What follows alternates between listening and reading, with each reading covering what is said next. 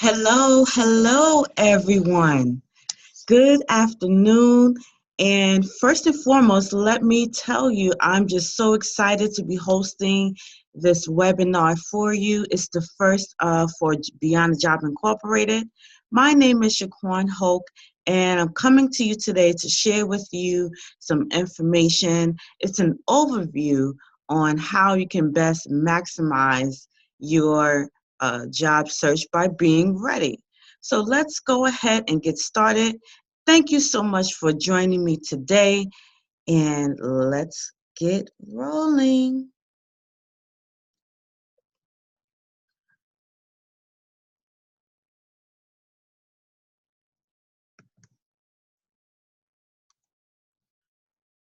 So first, what we will be covering today are the following. We're going to talk about tips on being positive, having a positive attitude, your interviewing skills, and what would be the best appropriate business attire when interviewing. We're going to also touch on career planning.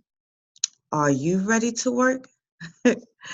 Let us jump right in.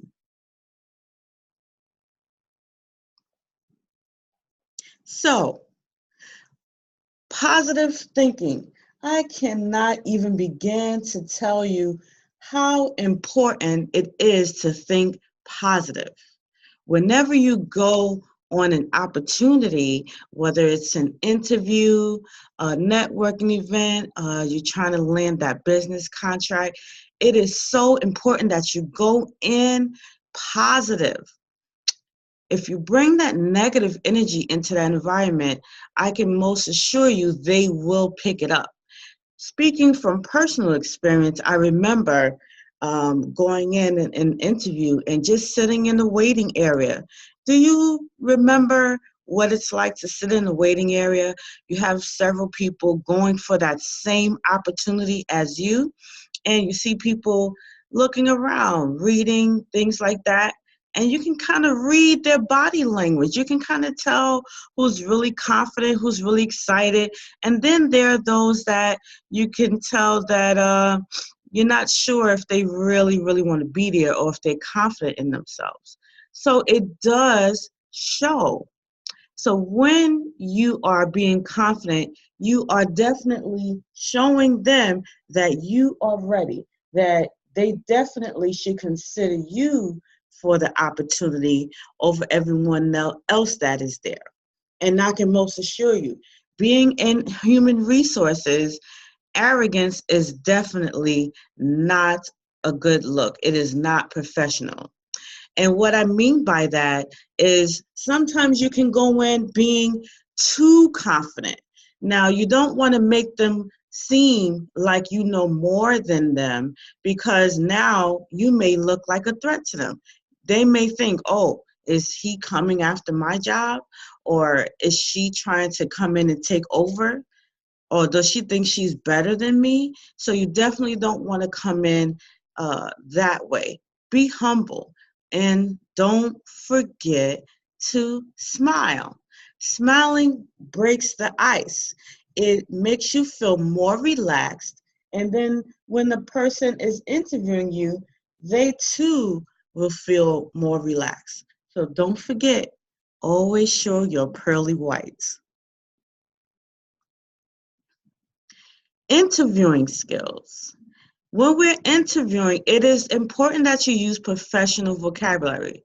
Now, I know if you are someone who has an accent or from a different neighborhood, or some people call it the hood, and I'm using air quotes because you can't see me, you still want to represent your personal and professional image because you're going after a interview or business opportunity. People will judge you according to how you speak, right? So you want to avoid using slang or street terminology. Definitely choose words that will get your point across, that will make them see you as being professional. The way that you speak is most definitely a representation of who you are as a professional. Now, let me use an example.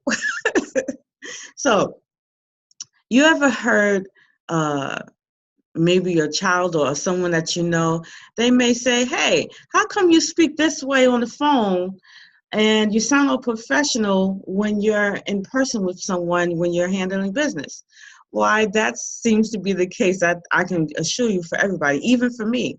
My daughter was like, hey, Mom, when you're at home, you're really laid back and you relax and you speak to us how you speak to us. But then I notice when you're on the phone and you're taking care of the bill, you're speaking all proper and saying all the syllables and the words and being very thorough. And I was like, yeah, Sade, that's my daughter's name. I was like, it's important that you carry yourself in a professional way, even if you're on the phone, because guess what? They can get a picture of who you are. And that's especially important when we're talking, even if it's over the phone.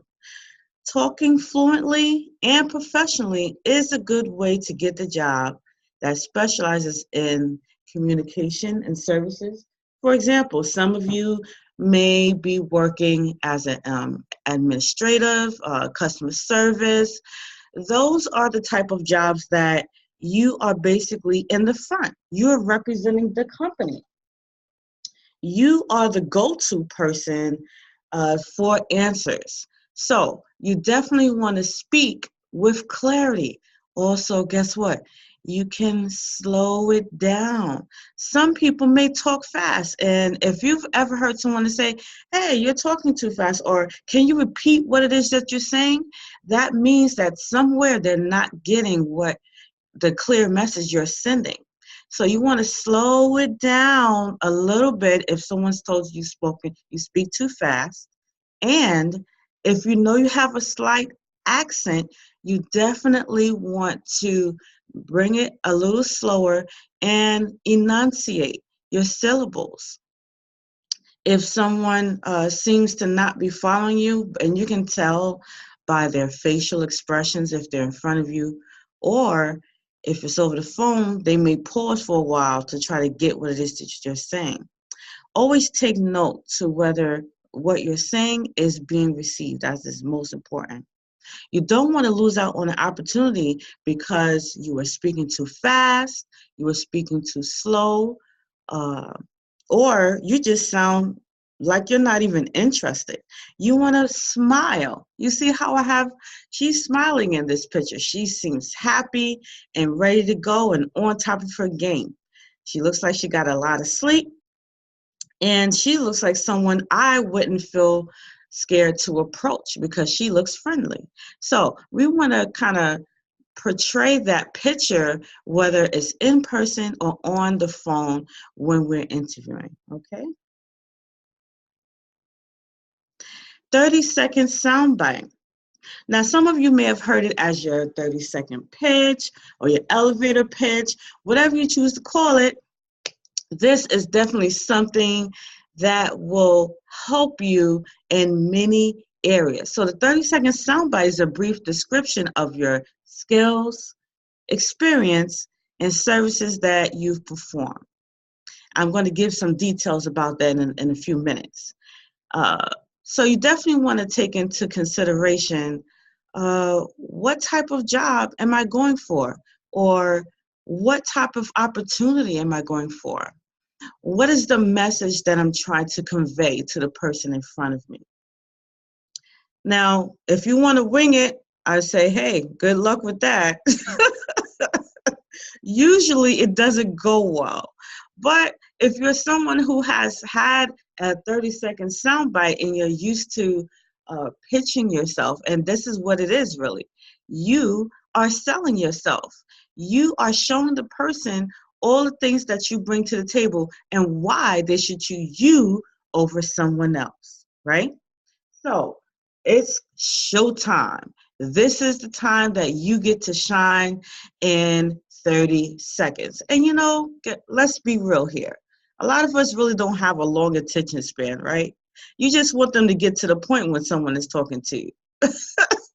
I remember when I would talk to my sister on the phone, and she would tell me how sometimes she would speak to someone, and when she gets tired of hearing them talk, she would make up some excuse like, "Oh, okay, I gotta I gotta check on the turkey in the oven."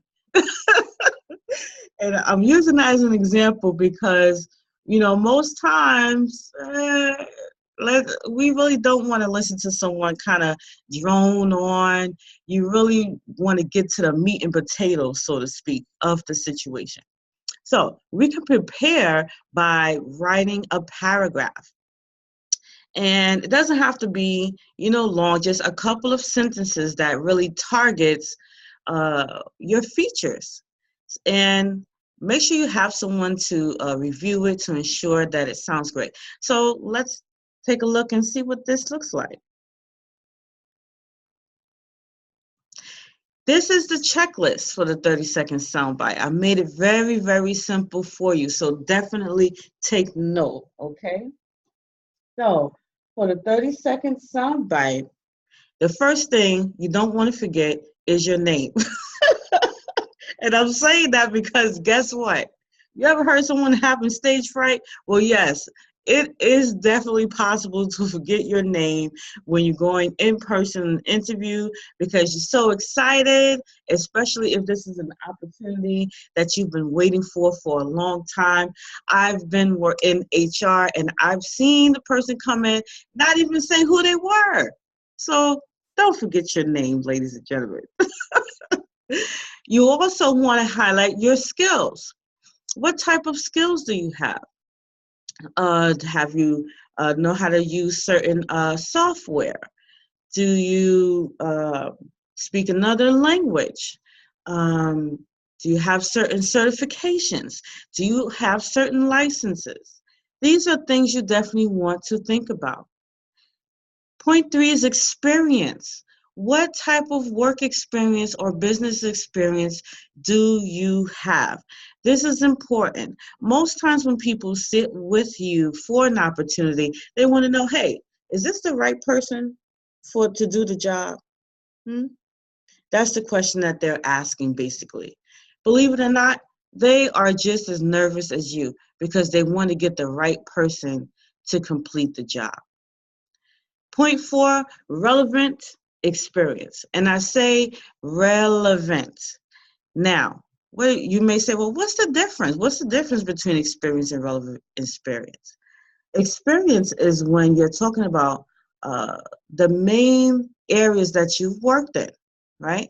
And some of those areas, you can transfer it into the position that you're going after. However, relevant experience is tailored experience that's going according to the position you're going after or the business opportunity that you're going after.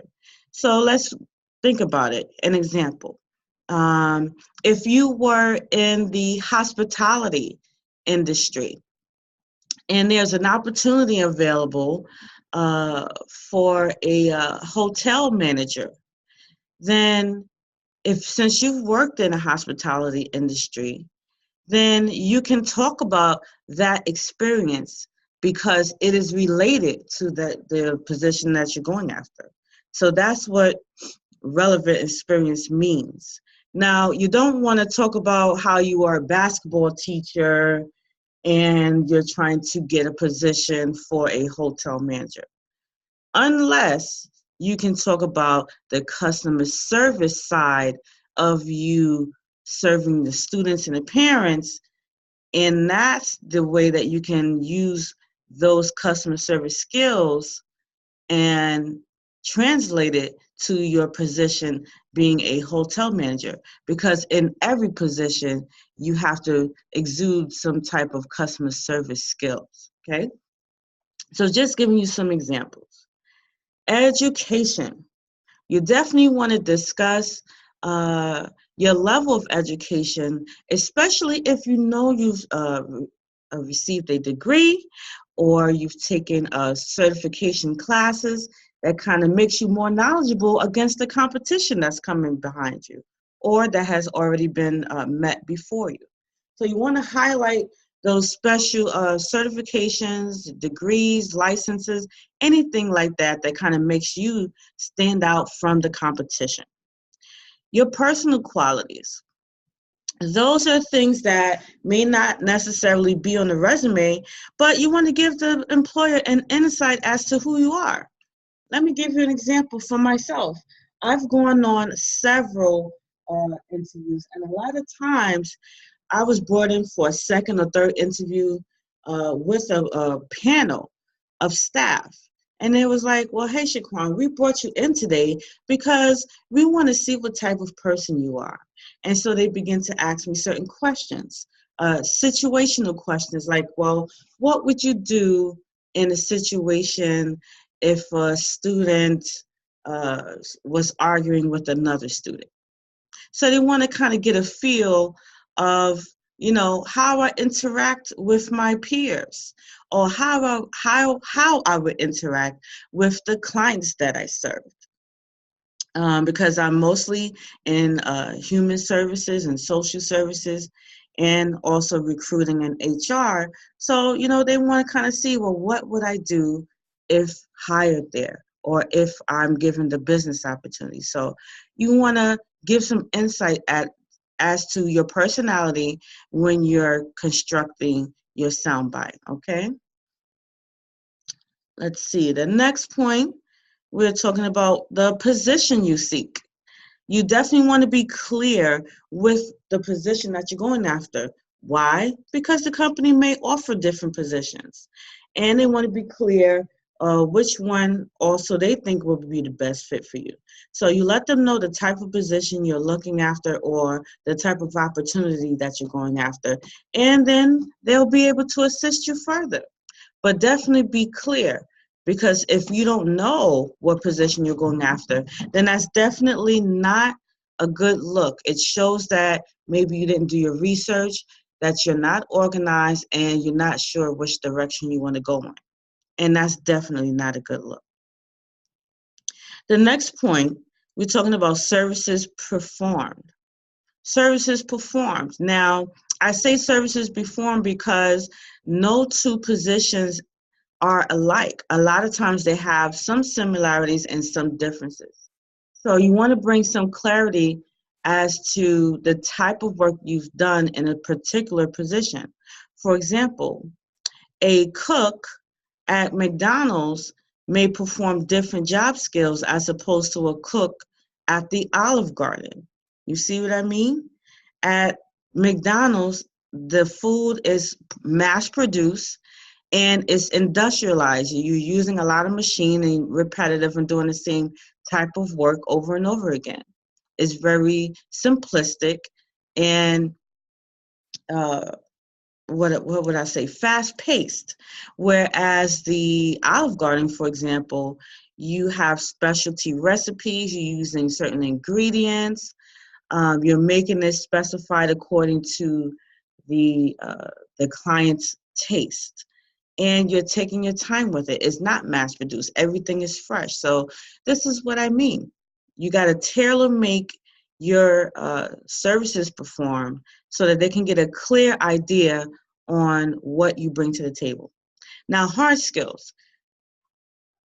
Hard skills, we're talking about things that, programs that you've learned or tools that you know how to use. For example, I put here Microsoft Word, Outlook, etc.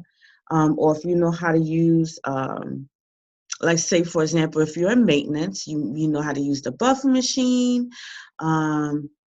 Or if you are in construction, there's certain tools and machinery in construction that you would need to use in that area. So just be specific as to what you know how to do. And lastly, don't forget about your accomplishments. That is so important. I know we don't like to brag about what we know how to do, but it's important that you let them know, hey, I was the employee of the month, and I received awards in XYZ.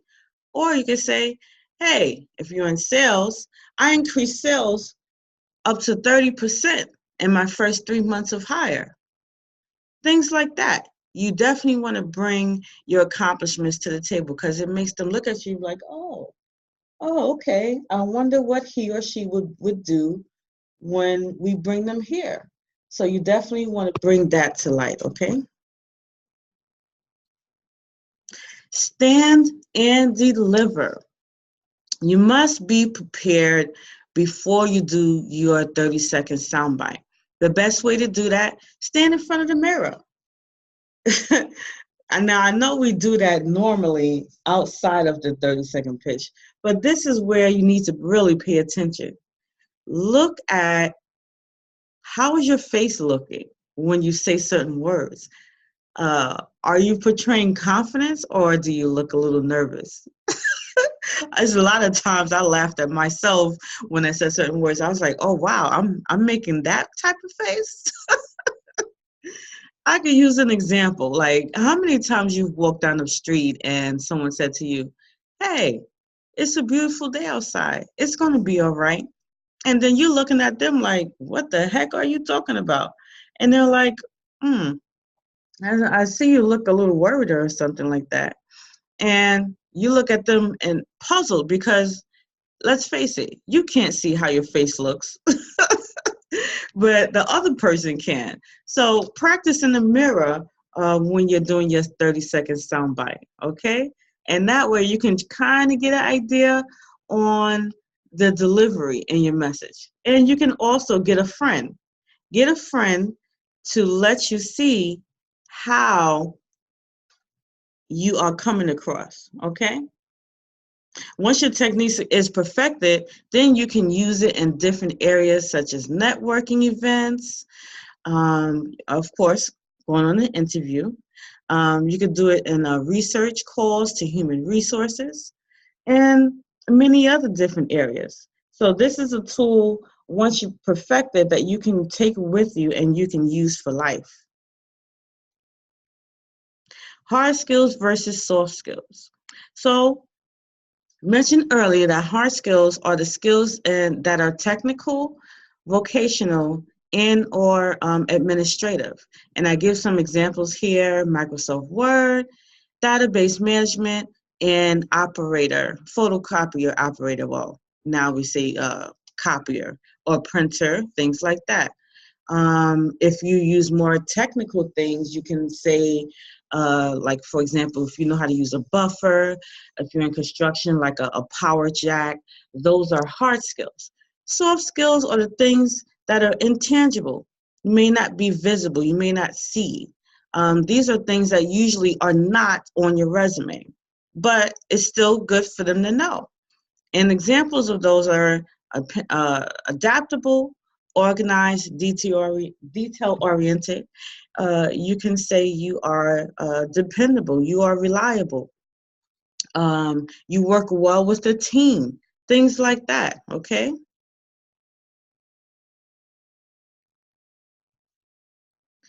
Knowledge is power, and this is most definitely true. You want to show an interest for the company that you're applying for. Now, before you go on the interview, please, ma'am and sir, do your research before you go on the interview. And I'm saying this because I've sent some of my clients for great opportunities, and you know what? Someone called me the next day, one of my employers, and they were like, "Miss Hoke, do you know that the client you sent here did not know why they were there?" And I was like, "No, what can you elaborate? Tell me, what do you mean?" And the employer was like, "Well, I asked them, well, why are they here today?" And they say, "Well, I'm here because Miss Hoke sent me." So you can kind of guess where that interview went. That was definitely not a good look. You want to definitely show the interest by doing your research and pointing out at least 2 or 3 key facts about the company and something that relates to you, something you can identify with. And I say that because you can say, "Hey, I love this company because they were at the top of the fashion world," if you're in fashion, or because I'm studying design and graphic arts, and you're into fashion and retail, and I'm definitely interested because I see that according to blah, blah, blah. So the employer will see, hey, this person really is interested. They really want to be here, as opposed to, I'm here because I need to get a job and I need to get paid. No, no, no, no, no. That's not going to work. You also want to prepare at least 3 questions to ask the interviewer. Now, you don't have to wait until the end of the interview to ask the questions. Remember, the interview or the opportunity is simply a conversation. So as they are talking, listen to key points and think, maybe that's something I can ask a question about. So you can ask a question as you're going along with the interviewer, as opposed to waiting to the end, okay? Let the interviewer know that you are serious about the position that you're applying for. So the more engaged you are in conversation and having those 3 prepared questions, then you will definitely go a long way. Don't forget, always ask for their business card, and if they don't have a business card, a way to contact them. Also ask, well, what would be the next steps? When should I follow up with you in regards to this position? Those are some things you should ask during the opportunity, okay? Professional image. Now, this is one of my favorites, because when we go outside, guess what? We have 7 seconds. 7 seconds that people will judge you according to how you look. We all do it. Like, come on, let's be real.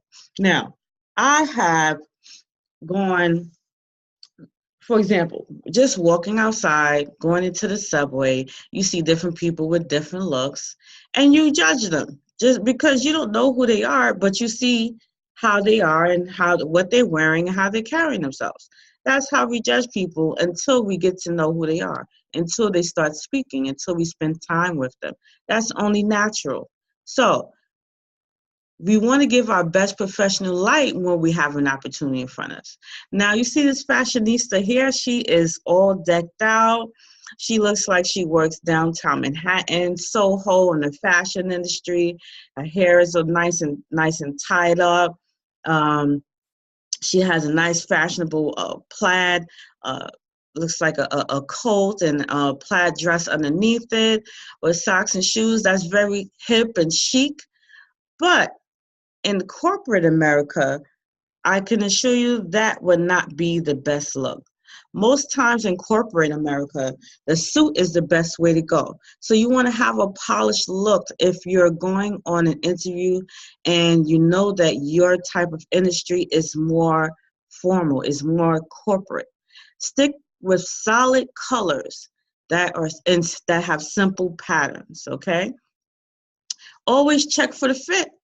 Now, all of our bodies are not shaped the same. You know, we're all made different. You know, some of us are tall, some of us are short, some of us are wide, some of us are very thin. And we have to allot for our body type, okay? Now, all clothes are not made to fit every single body. So you must be able to know what works best for your body type. And that I recommend you have a consultation with me so we can discuss, you know, what would be some great looks for you. Those are some of the services that I provide. Now, ladies, when it comes to your dress and your shirts with the buttons going down it, you want to make sure that you have enough room. I've seen too many times going in an interview that you have that one button sitting in the middle, and it looks like it's struggling, holding on for dear life to stay closed.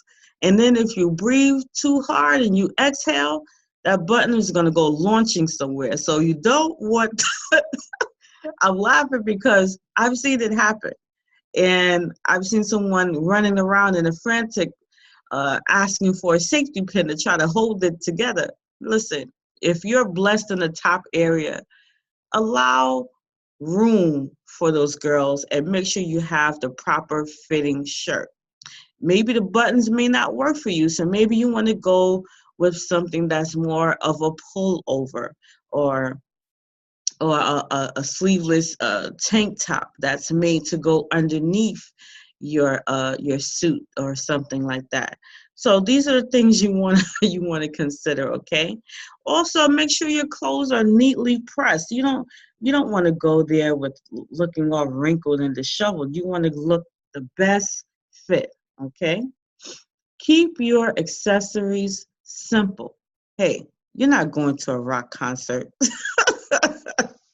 Look, some of us, we have some beautiful pieces, and I myself love jewelry. I love them. They really can amp up your wardrobe. But for the purposes for an interview, keep it simple. You know, it's okay. Like if you have rings, one ring, okay? And make sure it's a simple ring. You don't want the ring to attract more attention than you are on an interview. Now hair, oh wow, this is a totally different area. And I will be giving a webinar definitely on a professional image, so we can go more into detail on this in January. So stay tuned for that. But hair, make sure your hair is neatly trimmed, whether it's long or short. You don't want your hair to be a distraction. I've been on an interview uh, with a person as a second interviewer, and there was someone there. She had so many beautiful colors. Now, don't get me wrong, I'm definitely a fashion person, so I liked it personally. However, for the environment that she was in, it was frowned upon. I could tell by the main interviewer that he was not impressed. And I noticed he was also distracted. He was mainly looking at her hair most of the time, and he started asking questions about her hair. How did you get that color? How did you get it to stay up like that? How long did it take? So yeah, so when an interviewer starts asking you questions about your hair as opposed to what you bring to the table, that's definitely not a good look. So keep it neat and trim, and keep your hair color as close to nature as possible. But don't worry, we're going to have another separate webinar based on professional image. We'll go more into detail on those. Be prepared. So when you go on an interview, you don't want to lose out on an opportunity because you don't have the proper identification and things like that. I have seen too many times that we were able to hire people on the spot, providing that they had all the identification, their degrees, their certifications that they claim to have.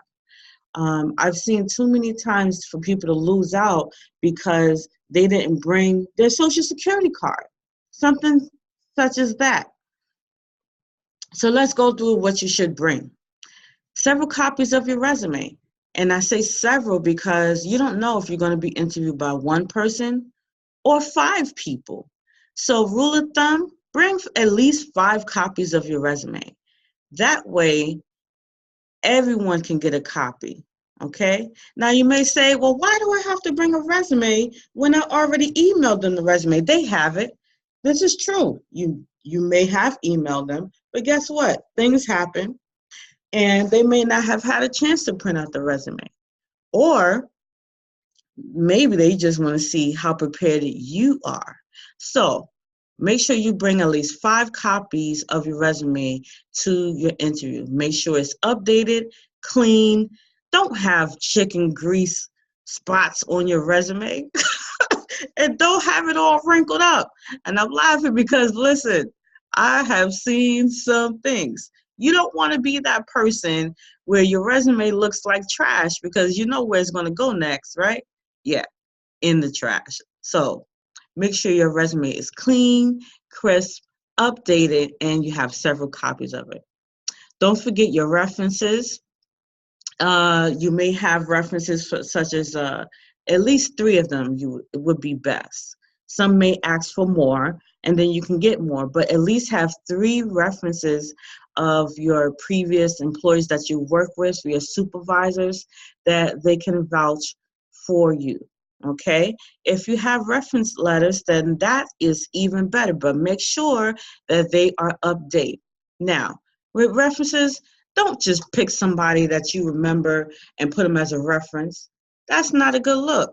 What if they call your reference and the person on the other end is like, oh, I don't remember that person, or oh, they didn't ask me to be a reference. I mean, sometimes that could be very aggravating when you get an unexpected call.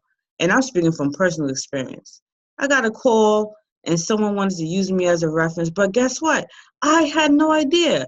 So I'm like, wait a minute, I don't even remember this person. Who is this person? I haven't worked with that person in 10 years. So you catch my drift? You don't want to put your contact in an awkward situation because they were expecting a phone call. So with references, please make sure you let your reference know, or ask them actually. Ask them, do you mind if I use you as a reference? I'm going on an interview for XYZ company on XYZ date, and you'll be receiving a phone call. Okay? Make sure you take care of that prior to going on an interview. Photo IDs. Make sure your New York State ID or whatever state that you're in is updated. You don't want to go on an interview or opportunity with an expired ID. Number one, that's no good to walk around in the street anyway with. Because if something happens, then how can they really prove that you are who you say you are? So make sure your IDs are not expired. Important, okay? If it's nearing the date, take care of that right away. Social Security card. Make sure that you have that. That is another form of identification. All employers will ask for it when filling out forms when they hire you. So you don't want to miss an opportunity of being able to sign papers and then have to prolong the date to come back because you forgot the Social Security card. So make sure you have those things on hand, okay? 2 non-clicking pens. Now, I say non-clicking because you know how we all get nervous. And you may have a pen that you write with, but you don't want to be sitting there clicking the pen because you're nervous. We do strange things when we're nervous, right? Me, I have a habit of shaking my legs. So instead of me letting it just be free, I kind of fold my hands and I put my hands on top of my knee. And that way, that stops my knee from shaking up and down. So don't have a clicking pen because you may be the one sitting there clicking, click, and they're like, won't say anything, but they will take notice. All right. Have a notepad to take notes. Now, you don't just want to break out the notepad and start writing as they're interviewing you. Before the interview begins, ask them, you mind if I take some notes as we're going along in an interview? I may want to jot down some important things that's being said. And 9 times out of 10, they'll say sure, because that shows that you actually have an interest. But remember, you want to do it prior to your interview. Don't just break out the notepad and start writing because that is rude, okay? You're like, excuse me, what are you doing? Or at least if they don't say it, then that's the expression they'll have. Trust me, that's not a good look. Have a good attitude. As I mentioned before, being positive is essential. It is key. It is a door opener. And it melts the ice. And it makes you feel more relaxed. And it lessens the tension in the air. So have a great attitude as you're going along in the interview. Don't forget, smile. And lastly, have an alternative route to your interview. Things happen. The weather gets crazy. There's delays. Accidents happen. So you don't want to get stuck on the day of your interview and all of a sudden, oh my gosh, I don't know how I'm going to get there. I had this planned out, but now I don't know which way to go. So you definitely want to do your research and have at least 2 or 3 different ways to get to the place where you're trying to go. Career planning. This is something that we all can use and we all need to revisit from time to time. Sometimes when you've worked in one area for years, you kind of get tired of that. You're like, okay, I've reached my limit. What's next? Well, how can you figure out what is your next move? Well, I would say it's best to get a coach. Coaches will help you be in line with what your likes are, what your needs are, and they will direct you how to get there. But these are some points that you can use for yourself to figure some things out, at least to give you a starting point. What do you like to do in your spare time? This is an indicator of what you do in your spare time. That's usually something that you like, right? Like, for example, some people may like to read in their spare time, or maybe you like to write in your spare time, or maybe you like to study criminal cases, and maybe that's an indication that you should go into law. Or maybe you like to volunteer your time at a shelter, and that shows that you like to give back to people that is less fortunate than you. Usually what you do in your spare time is a good indicator of a direction that you should go into. So take note of that. Visualize your career where you see yourself in 5 years. Now, you definitely may need help for this, because how do you know? Is your industry going to be a while around in 5 years? Or is it going to be obsolete? Computers are always evolving. Programs are always evolving. So you want to stay on top of your skills and abilities. Does this career require additional education? Again, as everything is evolving in the world, you definitely want to be in the know and brush up on your game. Even learn new skills. And this is important because you want to stay competitive in the job market and in the business world. If you are not constantly updating your skills and growing, you're going to be left behind. So always stay on top of that. And a coach can help you map out a career plan and a path that would keep you focused and driven in your area. They will also give you insight as to what the career trends are and what trends will be growing, and that's best for you to get into. So we can definitely talk about that later. My services, you can obtain that by going to my website. It's www.beyondthejob.net. I have 2 packages on there, and you can definitely take care of that, and we can have a consultation and further go into the things that you are looking for in your career. So I can definitely help you with your career planning needs. Will you work for someone, or will you open your own business? This is another question you need to ask yourself. But Rome wasn't built in a day, so you don't have to answer this right now. Take your time, and definitely when you're ready, if you need some help, I'm definitely here to assist you. Make your move. So, make a profile of your interests, skills, values, accomplishments, and personal preferences, all right?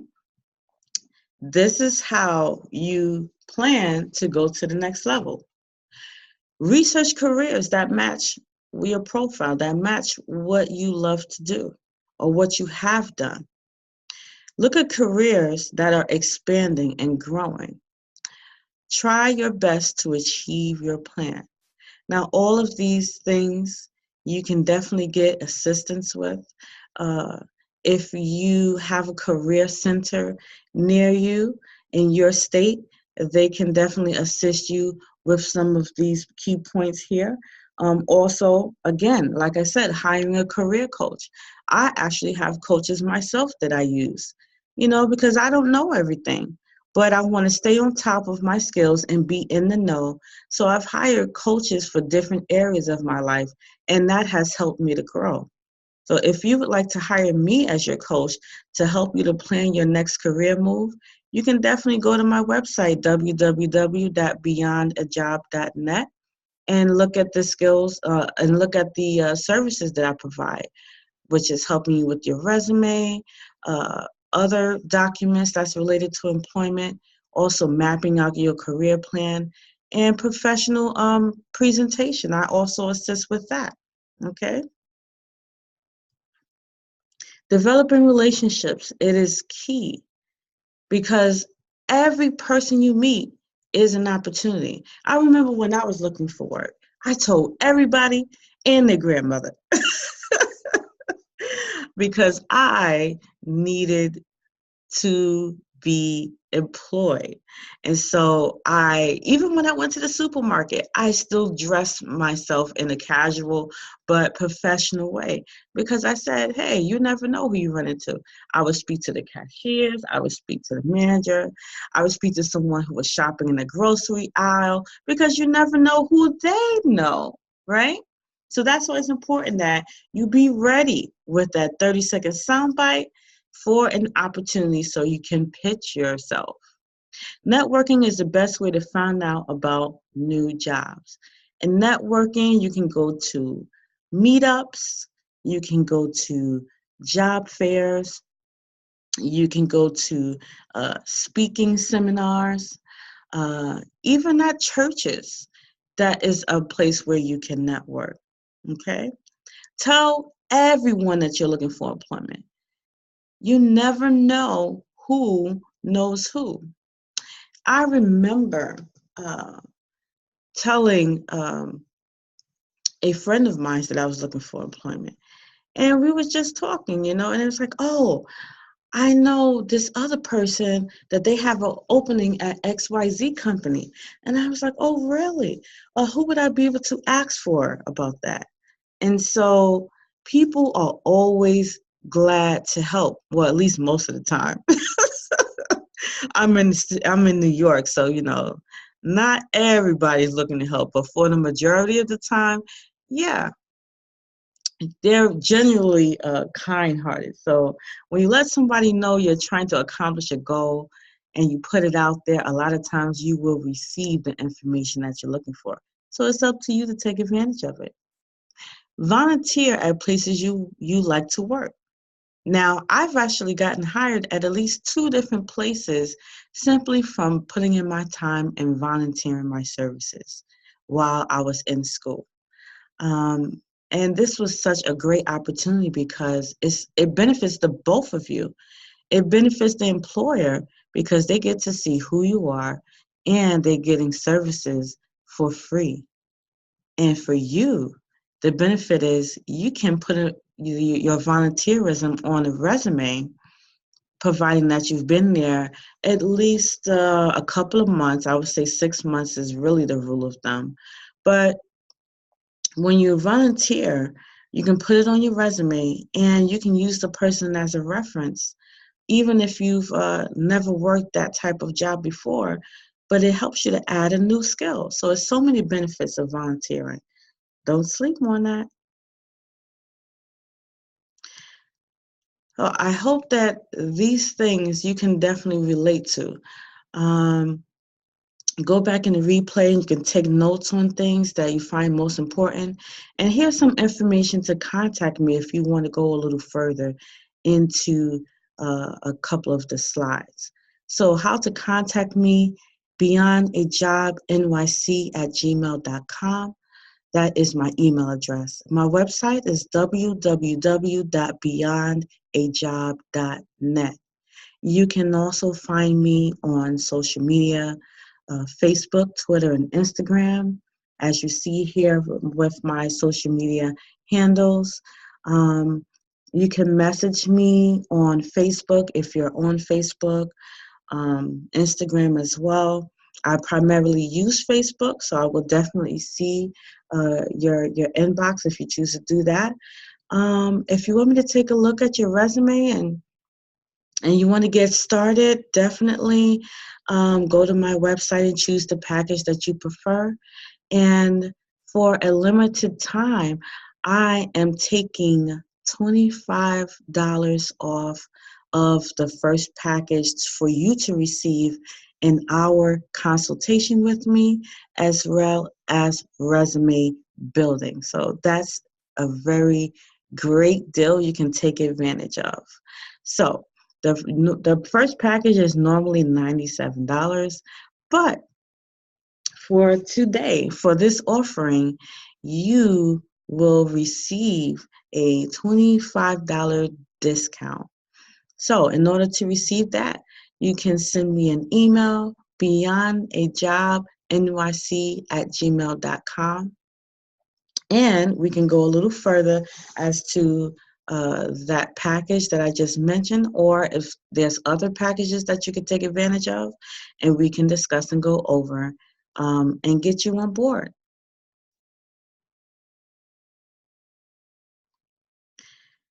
So, as I mentioned, Career and Job Readiness Coaching, you can sign up. You receive 1 hour of job readiness coaching and 1 hour of resume building. Again, my website is www.beyondajob.net, and you can pay online to get started with your coaching session with me.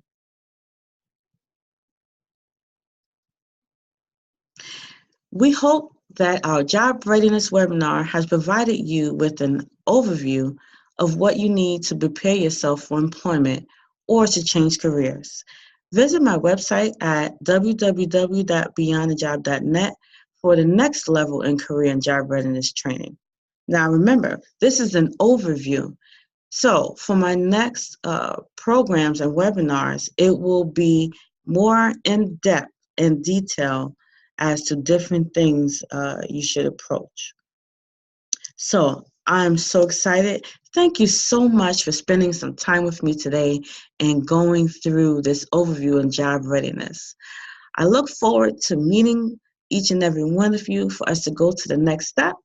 And don't forget to visit my website for the many services, offerings, and books that I have available on my online store.